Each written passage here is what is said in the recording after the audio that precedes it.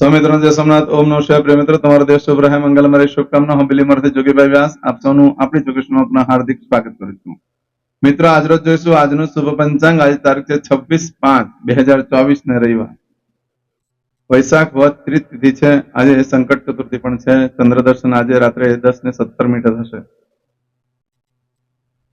આજની ચૌદશના દર્શન કરવાનું ખૂબ જ મહત્વ છે. ચૌદશનું વ્રત, આજના ચોકનું વ્રત કરવાનું ઘણું મહત્વ છે.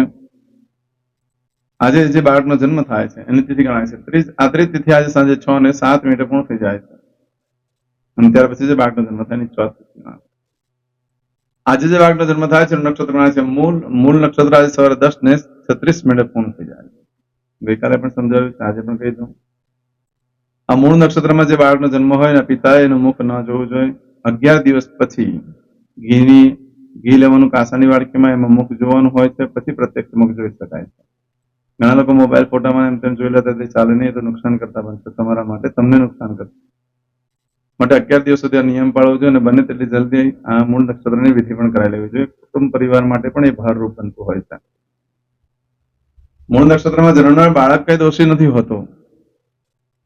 એ બહુ જ હોશિયાર હોય છે, ખૂબ પ્રગતિ કરનાર વ્યક્તિ હોય, પણ એના કારણે તેને પિતાને નુકસાન થતું હોય છે. ચોક્કસ પૂજા વિધિ કરાવી લેવાની. પરંતુ આજે સવારે 10:36 પછી જે બાળકનો જન્મ થાય એનું પૂર્વાષાઢા નક્ષત્ર ગણાશે, ઘણું શુભ. આજે જે બાળકનો જન્મ થાય છે એનો યોગ ગણાય છે સાધ્ય યોગ. આજે સવારે 8:31 પૂર્ણ થઈ જાય ત્યાર પછી જે બાળકનો જન્મ થાય એનો શુભ યોગ. આજે જે બાળકનો જન્મ થાય છે એનું કરણ ગણાય છે વણિજ. આ વણિજ કરણ આજે સવારે 6:36 પૂર્ણ થઈ જાય ત્યાર પછી જે બાળકનો જન્મ થાય એનું વિષ્ટિકરણ. આ વિષ્ટિકરણમાં પણ જન્મ હોય તો પણ ચોક્કસ પૂજા વિધિ કરી લેવી. વિષ્ટિકરણમાં જે બાળકનો જન્મ થાય એને વારે ઘડીએ ભય થતો હોય છે, યમ અકસ્માત વગેરે યોગો ઉભા થતા હોય છે, તો ચોક્કસ એની પણ પૂજા વિધિ કરાવી લેવી જોઈએ. આજે જે બાળકનો જન્મ થાય છે એની રાશિ ગણાય છે ધન રાશિ લક્ષણ છે ભ પદ. ધન રાશિનો સ્વામી ગુરુ ગણાય છે. આ ધન રાશિ આજે આખા દિવસમાં કોઈ પણ બાળકનો જન્મ થાય, ધન રાશિ ધન રાશિ. આ ધન રાશિ 27 તારીખે સાંજે 4:04 પૂર્ણ થઈ જાય. ત્યાં સુધી જે બાળકનો જન્મ થાય બધાની ધન રાશિ ગણાશે. આ રાશિ તિથિ વાર નક્ષત્ર યોગનું બહુ જ મહત્વ છે. એમાં જેનો પણ જન્મ હોય તેની ચોક્કસ પ્રમાણે પૂજા વિધિ કરી લેવી જોઈએ, તો જીવનમાં સરળતા આવી જતી હોય છે. આજના દિવસે તમે કોઈ પણ કાર્ય ન આવે, કોઈ પણ વસ્તુ તમારી ખોવાઈ ગઈ, ચોરાઈ ગઈ, તો 9 દિવસમાં મળે, બાકી મળવાની શક્યતા બહુ જ ઓછી છે. આજના દિવસે 10:36 સુધીમાં તમે જે કાર્ય કરશો તેનું પણ આ રીતે પ્રાપ્ત કરશો. કોઈ પણ કાર્યનો આરંભ કરી શકો છો, કોઈ પણ વસ્તુની ખરીદી કરી શકો છો, વેચાણ કરી શકો છો, કોઈ નવો વેપાર ધંધો વગેરે પણ ચાલુ કરી શકો છો. કારણ કે આજે તમે જે કાર્ય કરશો ને એનું જીવનભર સુખ રહેશે, લાંબો સમય સુધી સુખ રહેશે. આજે લગ્ન કરવા માટે યોગ્ય દિવસ છે. જેની કુંડલીમાં 2 મેરેજના યોગ હોય, દાંપત્ય જીવનમાં બહુ તકલીફો આવતી હોય, એ લોકો આજે લગ્ન કરે છે તો લગ્ન જીવન ઘણું બનતું હોય છે. આજના દિવસે જે કાર્ય કરો એમાં તમારી બધી આશાઓ પરિપૂર્ણ થતી હોય. આજના દિવસે મંગળસૂત્રની ખરીદી કરવા માટે પણ ઉત્તમ દિવસ. આજના દિવસે તમે જે કાર્ય કરશો એ કાર્યની અંદર સ્થિરતા આવી જતી હોય છે. એટલે એવા કામ જે હોય કે જે સ્થિર થવાથી ઘણું ધન લાભ થાય અથવા ઘણું સુખ પ્રાપ્ત થાય, એ બધા આજે કરવા છે. આજે નવ વસ્ત્ર ધારણ કરવાથી આધ્યાત્મિકતા આવી જશે, પ્રગતિકારક સમય શરૂ થશે. પરંતુ તમારા જે કપડા તમે ધારણ કરશો ને તમને એની પ્રત્યે અનુકંપ આવી જાય, અથવા તમે કામવાળીને આપી શકો પણ આપી દેવા પડે. પરંતુ આજે નવ વસ્ત્ર ધારણ કરવાનું બહુ મહત્વ. આધ્યાત્મિકતા આવી જાય એટલે જીવનમાં ધાર્મિકતા આવશે, તો ખોટા કર્મ ઓછા થશે અને પ્રગતિકારક સમય શરૂ થઈ જશે. પરંતુ આવું બધું ફળ જે છે આજે સવારે 10:36 સુધીમાં, આજે સવારે 10:36 થી લઈ આવતીકાલે સવારે 10:14 સુધીમાં તમે જે કાર્ય કરો છો એનું ફળ બદલાય છે. તમારી કોઈ પણ વસ્તુ ચોરાઈ ગઈ, ખોવાઈ ગઈ તો નહીં મળે, મળવાની શક્યતા બિલકુલ ઓછી. આજના દિવસે કોઈ પણ કાર્ય કરવાનો હોય, કોઈ વેપાર ધંધો ચાલુ કર્યા છો, કોઈ બિલ્ડિંગ વગેરે બનાવી રહ્યા છો, કોઈ હાઉસ વગેરે બનાવી રહ્યા છો, કોઈ પણ વેપાર ધંધો ચાલુ કરી રહ્યા છો, એ બધા કાર્ય અંદર તમને સારી સફળતા મળી શકે એમ છે. પરંતુ આજે ખાસ દિવસ એ છે કે આઝાદી માટેનો દિવસ ગણાય છે. આજે તમે કોઈ પણ કાર્ય તમારા હાથમાં લેશો તો તમારી પર ખૂબ જવાબદારી વધી જશે. આજે આઝાદી લેવા માટે જે પ્રયત્ન કરવા જોઈએ, એટલે તમે કોઈ પણ પ્રકારના બંધનમાં આવી ગયા હોય, કોઈને સીમા બંધન આવ્યું હોય, ગુનો કરવાથી, કોઈને જેલમાં બંધન આવી ગયું હોય, વગર કારણે પણ જેલ થઈ ગયું હોય, કોઈ પીડાતા હોય રોગથી, કોઈને કઈ બીજું બધું માનસિક રીતે ત્રાસ આપતું હોય, કોઈ મારણ તરણ થયું હોય, આ બધા જ પ્રકારના જે બંધનો છે એમાંથી મુક્ત થવા માટે જો પ્રયત્ન કરવામાં આવે તો સફળતા મળવાની શક્યતા ખૂબ વધી જાય. આજના દિવસે છોકરીનું લગ્ન થયું, એટલે કે છોકરીના લગ્ન થાય અને પછી સાસરે આવી હોય, અને સાસરે આવ્યા પછી પહેલી વખત પોતાના પિયર જાય. આજે કોઈ પણ દીકરીના લગ્ન થયા હોય, લગ્ન થયા પછી એના પિયર આવી હોય અને પિયર આવ્યા પછી પહેલી વાર સાસરે જતી હોય તો એને જીવનભર તબિયત બગડતી રહે. આજે દીકરીઓએ સાસરેથી પિયરથી સાસરે ના જવું. આજના દિવસે ઘણી દીકરીઓ લગ્ન કરીને જાય છે પોતાના સાસરે પહેલી વાર. લગ્ન કરીને આજે પણ જાય છે તો પણ એ લોકોને આરોગ્યની તકલીફ રહેતી હોય છે, જીવનભર રહેતી હોય છે. માટે આજે ઇન્ટરવ્યુ વગેરે આપવા માટે ઉત્તમ દિવસ, કોઈ ખરીદી કરવા માટે, વેચાણ કરવા માટે ઉત્તમ દિવસ, પરંતુ દીકરીઓ માટે ખાસ આજે ધ્યાન રાખવાની બાબત છે તો પોતાના પિયરથી પ્રથમ વખત સાસરે ન જવું. આજે નવસ્ત્ર ધારણ કરવાથી માંદગીની સમસ્યા ખૂબ વધી જશે, અને ખાસ કરીને બહેનોની માંદગીની સમસ્યા ખૂબ વધી જશે. આજે નવસ્ત્ર ધારણ કરવાથી ભાઈઓ માટે ઉત્તમ છે, સારી કન્યા જોવા જવાનું થઈ શકે.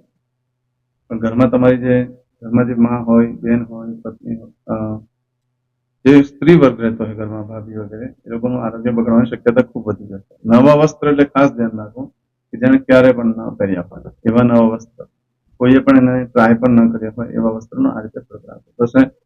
આજે જોઈશું આજનું શુભ પંચાંગ. અદ્યતન માસના માસોત્તમ બ્રહ્મભદ્ર વૈશાખ માસે શુભ કૃષ્ણ પક્ષે તૃતીયાયામ ભાનુવાસન વિત્તાયામ. દરેક જણાએ પોતાનું ગોત્ર બોલવાનું છે. ગોત્ર ખબર નહીં હોય તો કાશ્યપ ગોત્ર બોલવાનું છે. હવે દરેક જણા બોલવાનું ઉત્પન્નેન, પછી તમારું નામ બોલી જાઓ. હવે બોલો મમ આત્મન શ્રુતિ સ્મૃતિ પુરાણોક્ત પુણ્ય ફલ પ્રાપ્તિ અર્થમ ઐશ્વર્યાદિ અભિવૃદ્ધિ અર્થમ અપ્રાપ્ત લક્ષ્મી પ્રાપ્તિ અર્થમ પ્રાપ્ત લક્ષ્મ્યાહ ચિરકાલ ક્ષૌ રક્ષણાર્થ સકલ મન ઈપ્સિત કામના. હવે તમારા મનમાં જે કઈ ઈચ્છા હોય તે બોલી જાઓ.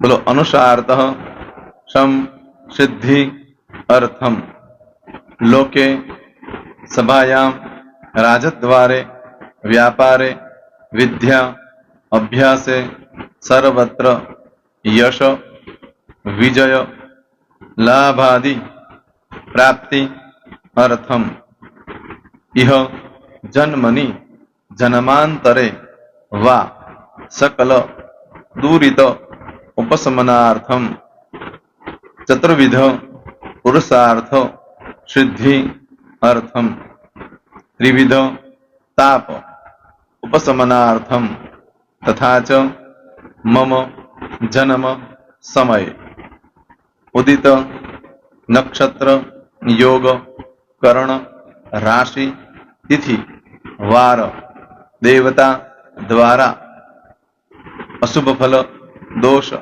નિવૃત્તિ અર્થમ શુભ ફલ પ્રાપ્તિ અર્થમ જન્મ સમય જન્મ કુંડલી મધ્યે દ્વાદશ ભાવ મધ્યે સ્થિત આદિત્યાદિ નવગ્રહ દેવતા દ્વારા યોગ મધ્યે દ્રષ્ટિ મધ્યે મહાદશા અંતરદશા પ્રત્યંતરદશા મધ્યે શુભ ફલ પ્રાપ્તિ અર્થમ અશુભ ફલ દોષ નિવૃત્તિ અર્થમ આદિત્યાદિ નવગ્રહ દેવતા અનુકૂલતા સિદ્ધિ અર્થમ દશ દિગપાલ દેવતા પ્રસન્નાર્થમ ભૂત પ્રેત પિશાચાદિ દ્વારા રચિત દોષ ભય રોગ નિવૃત્તિ અર્થમ તથા ચ મમ. હવે જેના લગ્ન થઈ ગયા છે એ લોકોએ બોલવાનું છે. મમ દાંપત્ય જીવન મધ્યે સુખાકારી પ્રાપ્તિ અર્થમ. હવે જેના લગ્ન નથી થયા એ લોકોએ બોલવાનું મમ જટટી વિવાહ યોગ પ્રાપ્તિ અર્થમ. હવે જે લોકોને સંતાન પ્રાપ્તિની પૂજા આપી છે એ લોકોએ બોલવાનું છે મમ જટટી દીર્ઘ આયુ આરોગ્ય ઐશ્વર્યાદિ સમન્વિત પુત્ર પૌત્રાદિ સંતતિ સુખ પ્રાપ્તિ અર્થમ. હવે જે છોકરાઓ અભ્યાસ કરી રહ્યા છે વિદ્યાર્થી છે એ લોકોને પૂજા આપી છે એ લોકોએ બોલવાનું વિદ્યા અભ્યાસ મધ્યે દેશે વિદેશે સર્વત્ર ઉત્તર ઉત્તર દિવ્ય સફળતા સાનુકૂળતા પૂર્વક પ્રાપ્તિ અર્થમ. જે લોકોને વિદેશ જવાની પૂજા આપી છે એ લોકોએ બોલવાનું છે મમ જટટી વિદેશ ગમન યોગ પ્રાપ્તિ અર્થમ. હવે જે લોકોને આરોગ્ય માટેની પૂજા આપી છે એ લોકોએ બોલવાનું છે મમ આયુ આરોગ્ય ઐશ્વર્યાદિ પ્રાપ્તિ અર્થમ. જે લોકોને બરકત માટેની પૂજા આપેલી છે એ લોકોએ પણ બોલવાનું છે, બધાએ જ બોલવાનું છે મમ ગૃહે શુભલક્ષ્મી મહાલક્ષ્મી પ્રીતિ પ્રાપ્તિ અર્થમ. વ્યાપાર વ્યવસાય મધ્યે દેશે વિદેશે સર્વત્ર ઉત્તર ઉત્તર પ્રગતિ ઉન્નતિ પ્રાપ્તિ અર્થમ. હવે દરેક જણાએ બોલવાનું મમ ભય રોગ શત્રુ બાધા મારણ તારણ મંત્ર તંત્ર અરિષ્ટ દોષ પીડા નિવૃત્તિ અર્થમ. હવે તમે જે ભગવાનની પૂજા કરી રહ્યા છો એ બોલો, એ લોકો ભગવાનનું નામ બોલી દો દરેક જણા.